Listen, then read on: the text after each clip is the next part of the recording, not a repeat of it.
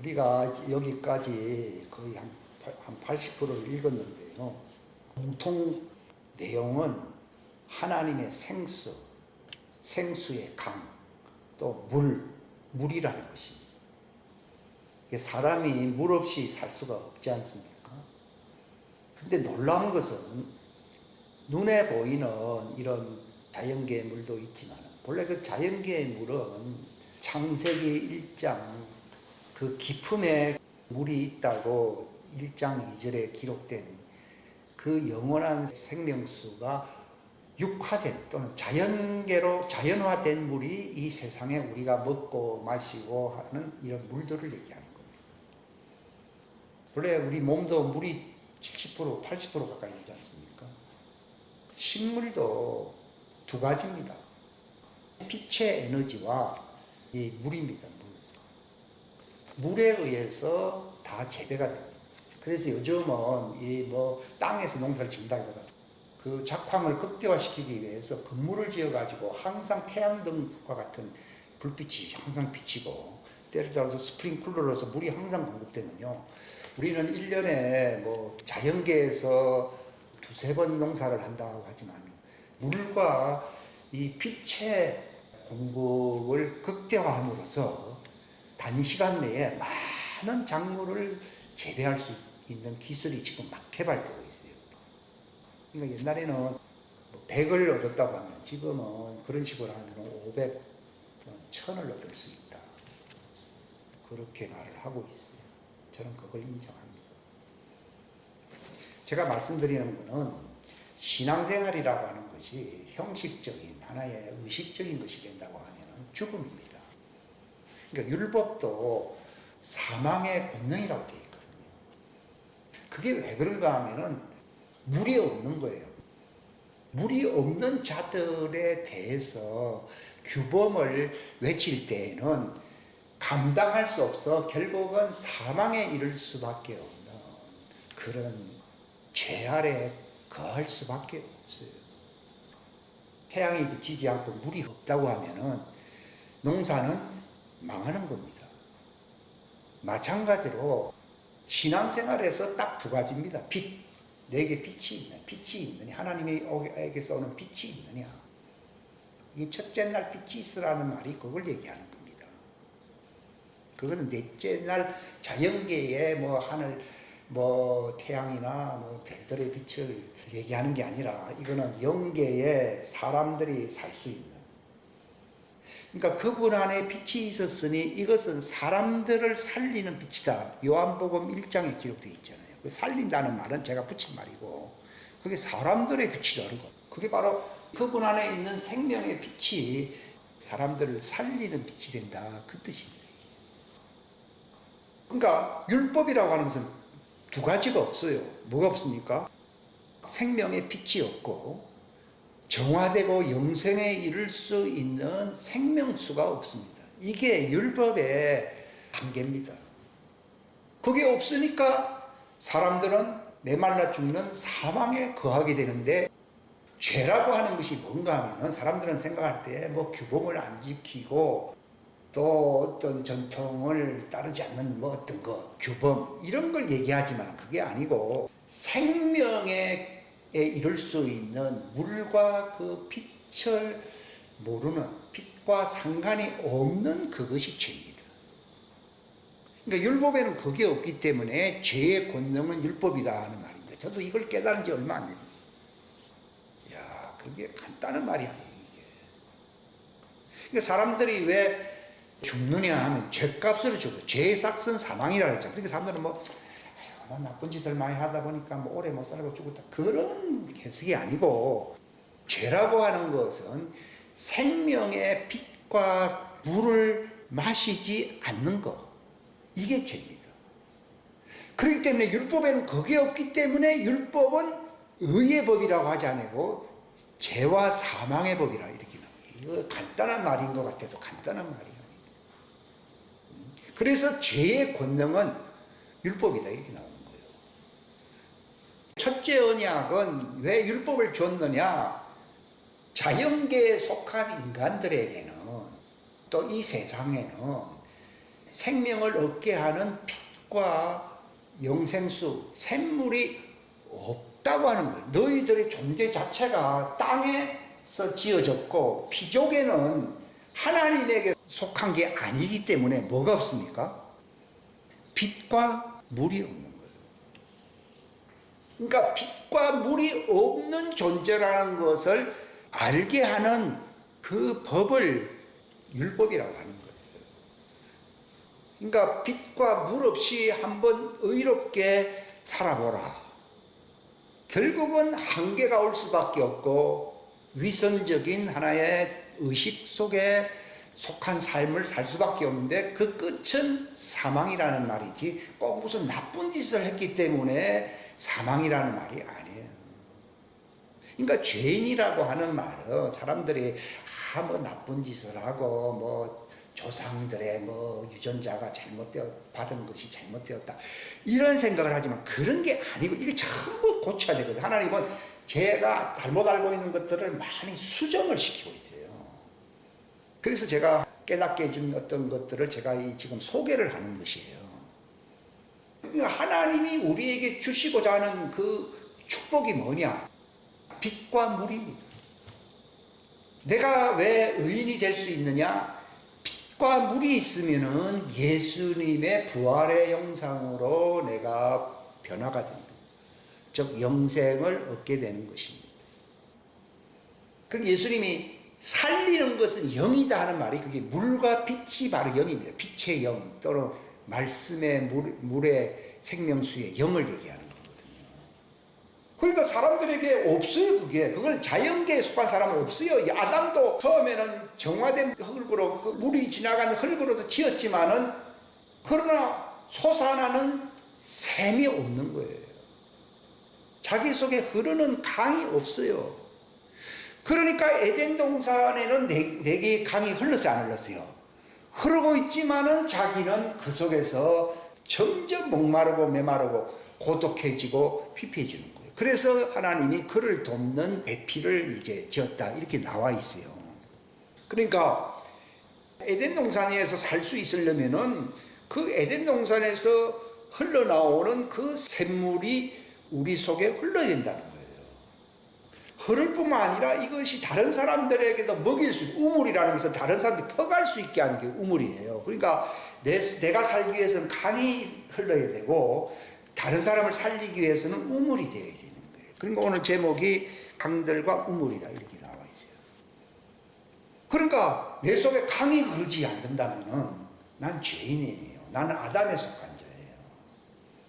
그런데 하나님께서 오신 분 예수 그리스도와 아담에게 속한 자연계의 사람들과의 차이점이 뭡니까? 그분은 자기 속에 이 영생의 샘물이 흐르고 있었어요. 그러니까 이게 참 말할 수 없는 기쁨인 거예요. 그러니까 요한이 내가 이런 말들을 자꾸 전하는 이유는 너의 기쁨을 충만케 하려 함이라 이렇게 나와 있고 예수님도 요한복음 16장 등등에 보면은 내가 이런 말을 하는 것도 나의 기쁨이 너희 안에 있어 너희 기쁨을 충만케 한다 이렇게 나와 있어요. 성경에 보게 되면은 생수 한 그릇을 대접하는 사람은 의인의 상 또는 선지자의 상을 얻는다 이렇게 나와 있는데 거기서 시원한 생수라고 하는 것이 워터서 저런 물을 얘기하는 게 아니라 생명수 강을 그 사람에게 우물에서 나오게 하는 그 물을 줄 수만 있다고 하면은 그 상을 뺏기지 않는다 그 말입니다.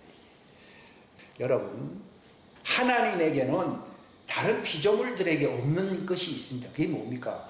빛이 있고 영생수가 있어요.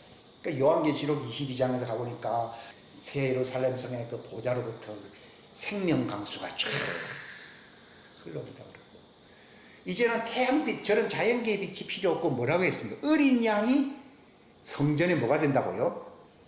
등불이 빛이 된다고 말했습니다. 그러니까 하나님에게는 세상 사람들이 어떻게 영생에 이르도록 새하늘과 새 땅을 운영하시느냐? 생명의 빛과 영생수입니다. 이 두 가지입니다. 여러분들이 기쁨이 충만하려 그러면요 옛날에는 목도 마르고 뭐 배도 고프고 이런 걸 자꾸 생각하기 쉬운데 지금은 내 혼의 양식은 생명수와 빛입니다.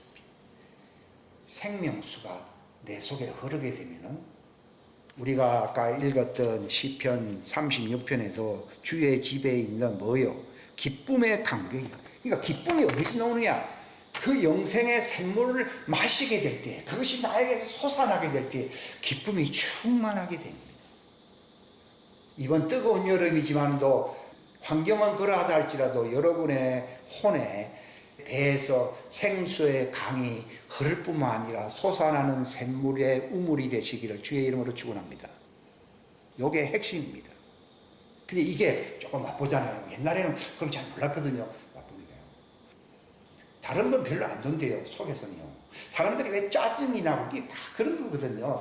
다 이게 힘드니까 그런 건데요. 그런데 예수님도 뭐 십자가 지고 뭐 고통을 당하셨지만도 그러나 나를 위해서 울지 말라 그랬습니다. 백성은 예수님 안에는 부활에 이를 수 있는 기쁨의 강물, 소망의 강이 흘러야 안 흘러요. 흐르거든요. 그러니까 나를 위해서 울지 마라. 다른 사람들을 진즉 도울 수 있는 길, 그게 사랑인데 이 생수의 강에서 또 솟아나는 우물의 물을 마시게 하는 것이 이게 주님의 추수를 완성하는 화의 사역입니다.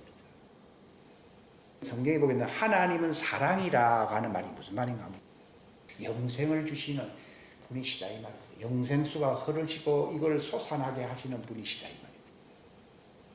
모세가 사람들이 목말라 죽겠다 그러니까 하나님이 내 지팡이로서 그 바위를 치라 그랬잖아요. 그게 바로 십자가를 얘기하거든요. 십자가 사건은요, 예수님 안에 있는 그 영생수 강수가 그분 안에만 영생에 이를 수 있도록 그러는 게 아니라 많은 사람들이 마실 수 있도록 솟아나는 샘물이 되게 한 사건이 십자가입니다.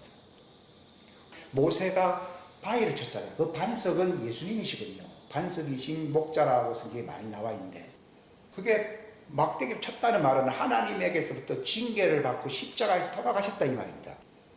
돌아가셨기 때문에 불쌍한 게 아니라 이것은 아담에 속한 자들, 육체에 속한 자들은 다 생수가 없기 때문에 멸망하는데 그 바위에서 샘물이 솟아나듯이 야 저는 그 르비딤이니까 그 모세가 그게 그 말이구나 하는 걸 알게 됐어요. 야. 그런데 그 뒤에도 또 이제 목마르니까 모세가 큰 소리 치면서 이게 치니까 네가 나의 거룩함을 나타내지 않았다 그러잖아요. 그 무슨 말입니까?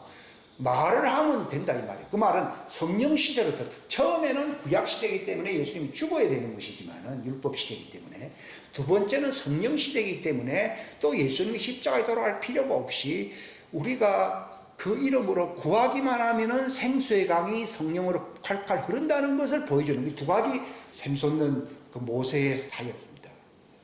첫 번째는 십자가 사역이고 둘째는 성령의 사역을 그러니까 물론 예수님이 십자가상에서 하나님께로부터 징계를 받음으로써 속죄하심으로써 샘이 솟아난 것이 제일 중요합니다. 이것이 마치 기초와 같습니다. 그러나 그 뒤에는 또 속죄의 고통을 예수님이 당하실 필요가 없습니다. 성령 시대이기 때문에 예수님의 이름으로 하는 말이 이제는 내 이름으로 구하라는 말이 그걸 알았거든요. 아, 이 성령의 생수가 흐르게 하라 그 말입니다. 그러니까 베드로가 금과 은은 없지만도 내게 있는 것으로 내게 주노니 나사렛 예수 이름. 나사렛에서 오신 분은 죽었지만도 그 이름으로 구하게 되면 생수의 강이 흘러서 그 사람에게 필요를 공급해 준다는 겁니다. 그러니까 이 사람이 공급받고 막 기뻐 날뛰었다는 것입니다. 그게 기쁨의 강수를 맛본 사람들만이 기뻐 춤추며 그렇게 하나님을 찬양할 수가 있는 것입니다. 그러니까 제가 말씀드리려고 하는 것은 하나님의 종들은 그 근원이 없어요. 근데 예수님 안에 하나님께 속한 자만이 그 배에서, 그 배라 그랬거든요. 그게 혼을 얘기하는 겁니다. 거기서 생수의 강이 흐른다는 겁니다. 근데 예수님께서 너희는 세상의 빛이다 하는 말은 내나 너희가 혼에서 생수의 강, 그 빛이 나오게 한다 그 말입니다. 종들은 계속 받아야 됩니다. 그러니까 받는 자보다도 주는 자가 더 복이 있다는 말은 그 배에서 생수의 강이 흐르는 사람은 주는 사람입니다. 받는 사람은 그 말씀을 통해서 치유를 받고 그 문제를 해결하는 것을 얘기하는 것입니다. 죄사함을 받는다는 것을 말을 하는 것입니다. 이것은 굉장히 중요합니다. 이것은 지식보다도 하나님의 아들이라고 한다고 하면은 예수님처럼 그 배에서 생수의 강이 흘러야 됩니다. 근데 거기 보면은 강이 단수가 아니고 강들이 흐릅니다. 근데 이 말이 어디로 딱 연결되는가 하면은 에덴 동산에 4개의 강이 흐르고 있거든요. 그러니까 4개의 강이 흐른다는 것입니다. 그 강의 첫 번째 이름 비손이라 했거든요. 비손이라는 말은 시냇물이 쫄쫄쫄쫄 점점 많아져 가지고 이제 강물이 점점 커지잖아요. 이 증가를 얘기하는 겁니다. 처음부터 큰 강이 되는 게 아니고 처음에는 이제 내가 말씀을 깨닫기 시작하고 내 정체성을 알게 되면서부터 그 배에서 여기 나옵니다. 이게 처음부터 뭐 예수님처럼 뭐 폭포수처럼 나오는 게 아니고 쫄쫄쫄쫄 흐릅니다. 이게 요게 기쁨입니다. 이 기쁨. 그러니까 비손이라고 하는 말은 증가라는 뜻입니다. 증가, 점점 증가된다는 겁니다. 즉 우리의 속사람이 점점 장성한 자가 된다는 것을 얘기하는 겁니다. 성장을 얘기합니다. 증가, 성장을 얘기하는 강이 흐릅니다. 이렇게. 처음부터 되는 게 아닙니다. 첫 번째는 비손강, 기온강이 흐릅니다. 점점 자라나야 된다는 것입니다. 성장해야 된다는 걸 얘기하는 것이고, 기온이라는 말은 bursting force라는 뜻입니다. 그러니까 물이 터지니까 위로 팍 솟는다는 걸 얘기하는 겁니다. 우물이 됩니다. 처음부터 그 네 속에서 솟아나는 우물이 되는 게 아니고 성장해야 됩니다. 첫 번째는 비손강 많아진다는 것입니다. 이 두 가지는 하나의 어떤 과정입니다. 근데 세 번째가 되면은 어떻게 됩니까? 그 속도가 점점 빨라져 안 빨라져요? 빨라집니다. 이게 속도, 스피디하다는 말이 히데게르 속도가 굉장히 빨라집니다. 그저 물이 쭉 흐르는 게 아니라 물이 쫙 이제 흐르게 된다는 것을 얘기하는 것입니다. 그만큼 이제 계시의 어떤 그 영향이 점점 커진다는 걸 얘기합니다. 처음에는 강으로 흐릅니다. 그런데 이건 내가 성장하기 위해서 내가 갖추어지기 위해서 흐르는 강이고, 세 번째가 되면 남도 마실 수 있도록 모세가 치니까 기온강처럼 솟아나서 안 솟았어요. 요게 이제 되면은 장성한 사람입니다. 그 배에서 솟아나는 우물이 원래 샘물이라는 걸 우물이라는 뜻이에요. 우물하고 강은 다릅니다. 그러니까 속에서 석유가 마치 솟아나야지만이 뭐 다른 나라에 공급을 할 수가 있듯이요. 그 배에서 생수의 우물이 팍 bursting force 솟아나야 됩니다. 네 번째 강은 유프라테스라 했죠. 유프라테스의 말은 결실한다 이 말입니다. 이게 솟아나면은 이제 추수가 되고 결실하게 된다는 것을 얘기하는 것입니다. 이 네 개의 강이 배에서 온다는 것입니다. 이 창세기하고 이게 전부 연결되는 거예요. 그러니까 다른 사람들에게 생수를 지금 생수한 것을 대접하면은 선지자의 상 또는 의인의 상을 받는다 이렇게 나와 있잖아요. 이게 솟아나 가지고 이걸 마시게 하는 거예요. 그런 찬송가도 많이 있죠. 솟아나와 마시게 하는 그런 찬송가 있잖아요. 그럴 때 너희가 내 이름으로 구하라는 말이 그게 무슨 말인지 알았습니다. 생수의 샘물을 우물처럼 사람들이 마실 수 있도록 이게 막 솟아나는 거예요. 하나님의 보내신 자는 하나님의 말씀을 말하는 하는 말이 생수가 솟아난다는 걸 얘기하는 것입니다. 이는 하나님이 성령을 어떻게 해요? 한량없이 주셨습니다. 그러니까 처음부터 성령을 한량없이 받는 건 아니지만은 이게 쫙 증가하게 되고 마침내 그 압력을 견디지 못하여 팍 터지게 되면은 속도가 점점 빨라지면서 이제 사람들이 먹고 마심으로써 결실할 수 있게 한다는 것입니다. 그러니까 이 말씀을 예수님이 수가성 여인에게 이미 다 말을 했고요. 명절이 왜 있느냐? 그것도 다 영생에 이르게 하는 생수의 강을 하나님이 공급해 주신다는 것을 말을 해주고 있는 거예요. 예수 이름으로 구하라 하는 말이요. 그게 무슨 말인지 알았어요. 하나님의 믿음이 뭡니까? 생수의 강이 흘러서 영생에 이를 수 있도록 결실하게 하는 것이 누구의 믿음이라고요? 하나님의 믿음이에요. 그게 누구의 이름이에요? 아버지 이름이에요. 그것을 받을 수 있도록 우리가 그 이름으로 구해야 한 거예요. 구한다는 것입니다. 그럼 너희가 받으리노. 근데 너희 기쁨이 충만하다고 되어 있거든요. 아, 이게 생수의 강이 내 속에 막 흐름으로써 막 넘치도록 솟아나게 하는 것이 성령님으로 오시는 그분께서 내 이름으로 구하면 성령을 주신다 하는 말이 그 뜻입니다. 옛날에도 뭐 그런 비슷한 노래는 많이 불러요. 내게 강 같은 뭐 하면서 노래는 불렀지만 그게 무슨 말인지 그때는 잘 몰랐어요. 근데 야, 이 말이네. 그러니까 주님께서 너희가 내 이름을 알면 내가 그를 높이리라 그랬거든요. 주의 이름 속에서 생수가 되어 솟는다. 그러면 기쁨의 강이 흐르니까 내가 기쁨이 충만해집니다. 그러니까 너희는 충만하라는 말이 생수로서 가득 차가지고 팍 솟아나게 하라 이 말입니다. 뭐 성령 충만해가지고 내 혼자 뭐 만족하고 기쁘다 이게 아니라 막 압력이 막 세어지니까 막 터져버리는 거예요. 죽을 것이 어디에 삼킨다고요? 생명수에 삼켜버리지 팡 터져버린다는 것입니다. 그리할 때에 사람들이 먹고 마심으로써 영생에 이를 수 있는 이 하나님의 추수 사역이 완성된다는 것입니다. 지금 그때로 가고 있는 겁니다.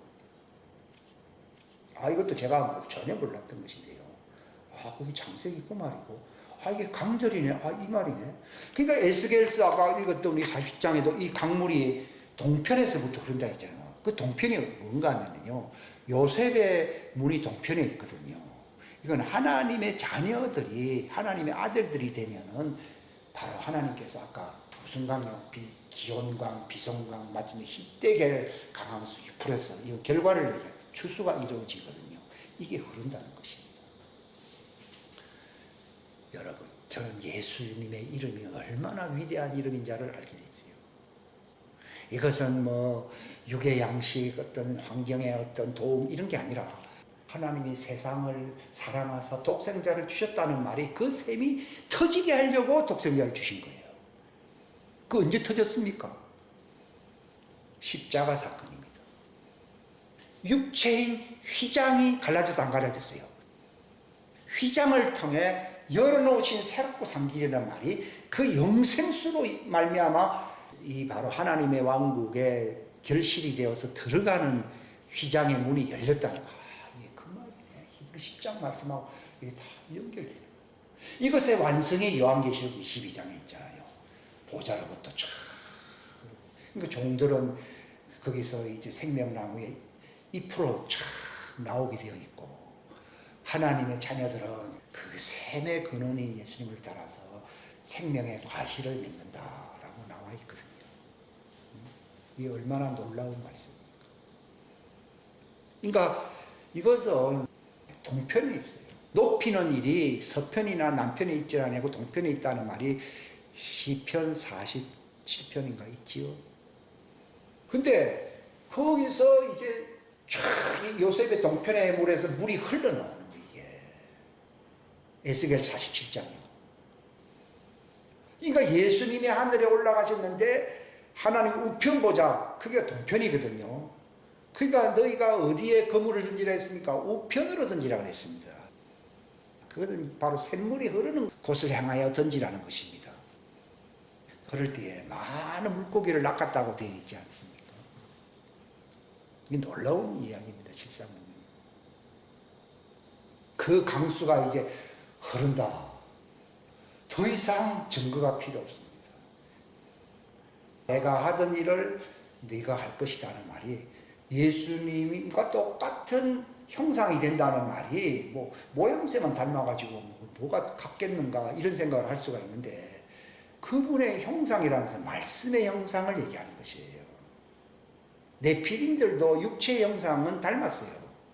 그러나 예수님은 그리스도의 형상이라고 되어 있거든요. 그리스도는 기름 부음, 이 생수의 강을 얘기하는 거예요. 그러니까 우리가 어떻게 예수님 닮았다는, 그리스도를 닮았다는 그 확증이 무엇입니까? 내 배에서 예수님처럼 생수의 강이 흘러서 솟구쳐 올라 사람들에게 마시게 한다 그러면은 누구의 일을 하고 있는 것입니까? 내가 하던 일을 하게 된다는 것입니다. 그게 되면 어떻게 됩니까?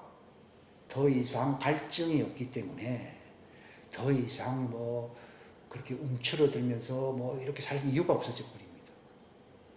그때는 이 강수의 샘물이 솟아나면 만물의 어둠이 됩니다. 위에 뭐가 있대? 생수의 강이 흐른다고 말했잖아요. 그러니까 우리 속에 생수의 강이 흐르면 세상 위에 있지 않으세요? 피조물 위에 있지 않으세요? 있습니다. 그게 만물의 어둠이 됩니다. 만물이 다 네 것이라고 고린도전서에 말씀하고 있지 않습니까? 3장에 보면요. 이게 보통 얘기가 아니에요.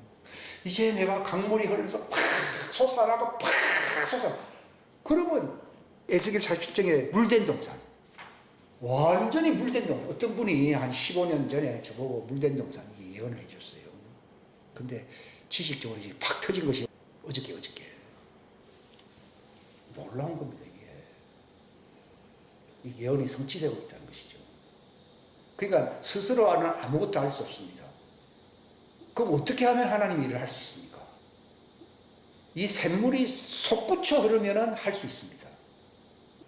내가 하는 게 아니라 그 생수가 하는 겁니다. 베드로도 그랬잖아요. 나는 가진 게 없다고 했습니다. 근데 내게 있는 게 있다고 했습니다. 그러면서 팍 솟아나면서 예수 이름 이랬잖아요. 그건 생수의 이름이지 입에 발린 이름이 아니거든요. 하니까 그 사람이 단번에 그냥 바뀌어버려. 사람이 바뀌어버렸잖아요. 옛날에는 기적은 일어났는데 사람이 잘 안 바뀌더라고요. 이 샘물이 솟아나면은 사람을 바꿔버립니다. 그리스도의 형상으로 변화시키든지 아무튼 그분의 집이 되든지 그리스도의 집이 되든 하나님의 집이 됩니다. 하나님의 집은 종들이 되는 것이고 그리스도의 집은 하나님의 아들들이 됩니다. 이 놀라운 말씀입니다, 여러분. 그러니까 내 속에 그리스도 예수가 있는 사람은 하는 말이 무슨 말인가 하면 생수가 흐르는 이 말입니다. 기름 부음이라는 말이 그 생수의 강이 팍 솟는다는 걸 얘기하는 겁니다. 그리스도라는 말이에요. 그 말도 그 말이구나. 그러니까 아들이 있는 자에게는 생명이 있다는 말은 그 생수가 솟아야 솟아요. 요한일서 5장 말이 그 말이네. 그러니까 제가 저번에도 하도 답답해서 그런 설교를 한 적이 있었어요. 보엘세바 설교를 한 2번인가 가고 했어요. 그래서 뭔가 부족하다는 생각을 했는데요. 이게 솟아나면 내가 뭐가 됩니까? 내가 보엘세바예요. 내가 우물이에요, 우물. 보엘세바라는 말은 7 셈의 우물이라는 뜻입니다. 하나님의 7 영이 있잖아요. 그게 바로 7 셈의 우물을 얘기하는 것입니다. 성령님을 통해서 내 속에 7 등불이 내 속에 들어옵니다. 이게 하나님의 7 영을 얘기합니다. 모략의 영, 무슨 영 하면서 나오잖아요.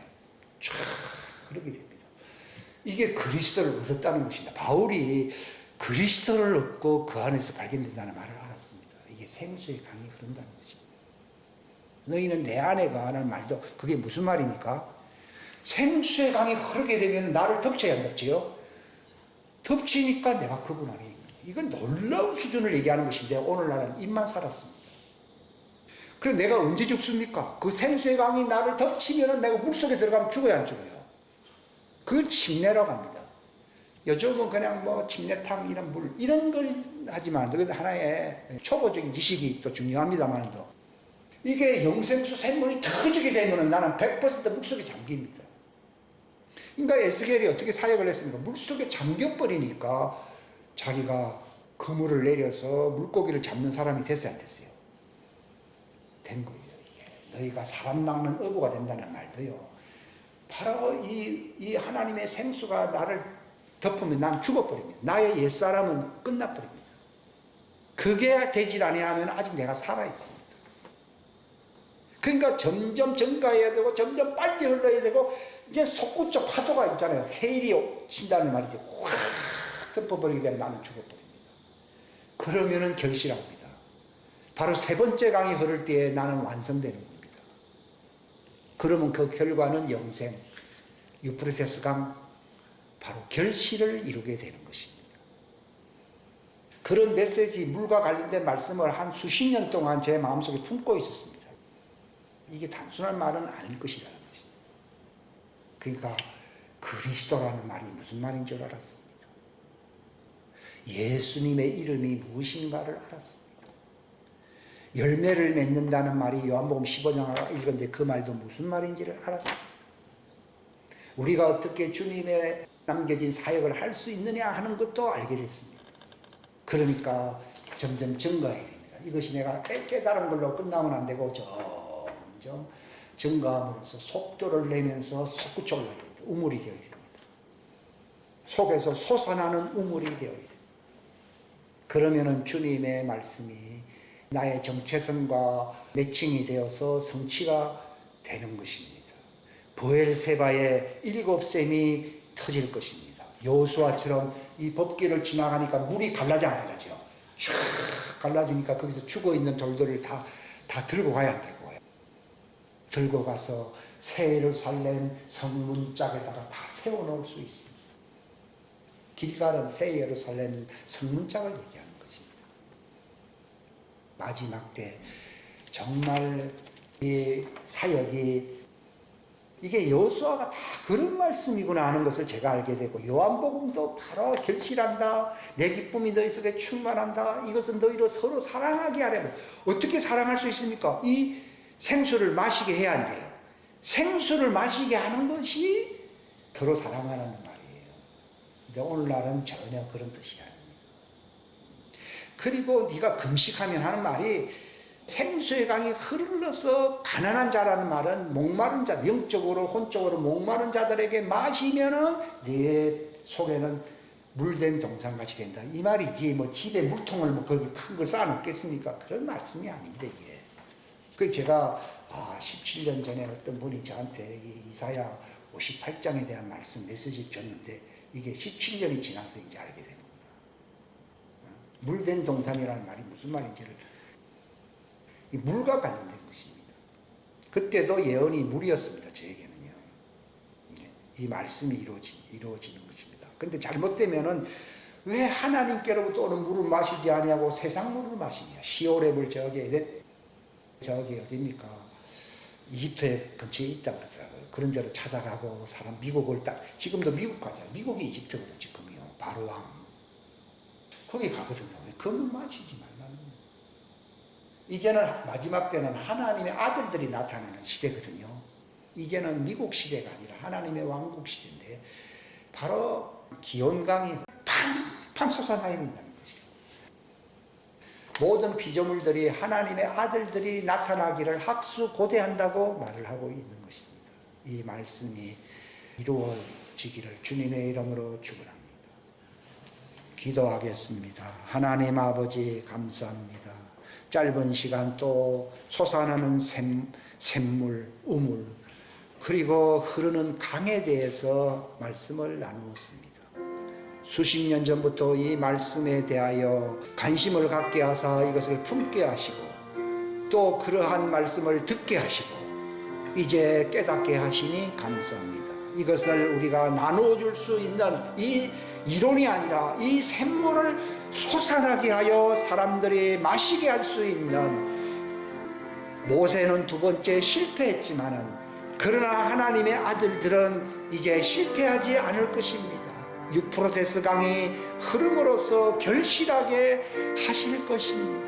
하나님 이 모든 여호수아의 말씀이나 바위를 쳐서 샘이 솟아나게 한 말씀이나 이것이 다 같은 진리의 말씀을 우리에게 비유적으로 우리에게 알려주신 것입니다. 그러나 이것이 비유가 아니라 우리의 삶 속에서 이 마지막 때에 실제 상황이 될 수 있도록 축복하여 주옵소서. 함께 하시고 이 샘이 솟아남으로 서로 사랑하며 기쁨이 충만할 수 있고 하나님의 뜻이 이루어질 수 있도록 인도하여 주시옵소서. 함께 하시기를 바라옵고 주 예수님의 이름으로 기도하옵나이다. 아멘.